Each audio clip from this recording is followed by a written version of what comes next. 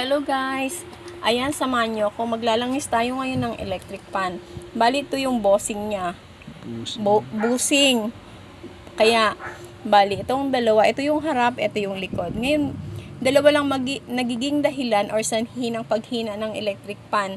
Bali, kung hindi sira na ang capacitor mo or kunti na lang ang langis ng electric pan mo. Kaya, na-check na naman siya. Ang sira niya talaga ay ang diferensya niya yung sa langis. Kaya lalagyan natin 'to ng langis. Okay naman yung kanyang capacitor, kaya ang problema langis.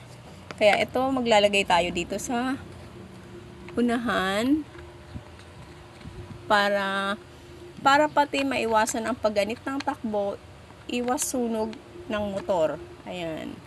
Kaya kailangan agapan yung paghina. Pag mahina na, wag nang gamitin. Kasi pwedeng masira yung motor or maging dahilan ng sunog. Pa-check na agad or check nyo na agad. Kung hindi langis, capacitor. Yan. Maraming salamat guys. Ito nga pala yung ginamit kong oil. Hindi ito Singer oil. Huwag kayong gagamit ng Singer oil. Kasi yung Singer oil ay malabnaw. Pero yung ang laman nito ay tuti oil, yung nabibili sa gasolinahan.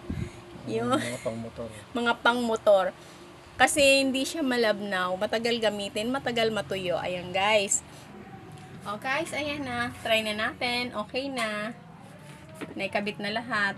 Ayan, subukan na natin kung malakas na. Ayan, hindi na mabagal ang takbo. Oh, see, number 1 yan. Number 2. Na hindi na siya hirap tumakbo. Kaya, thank you guys!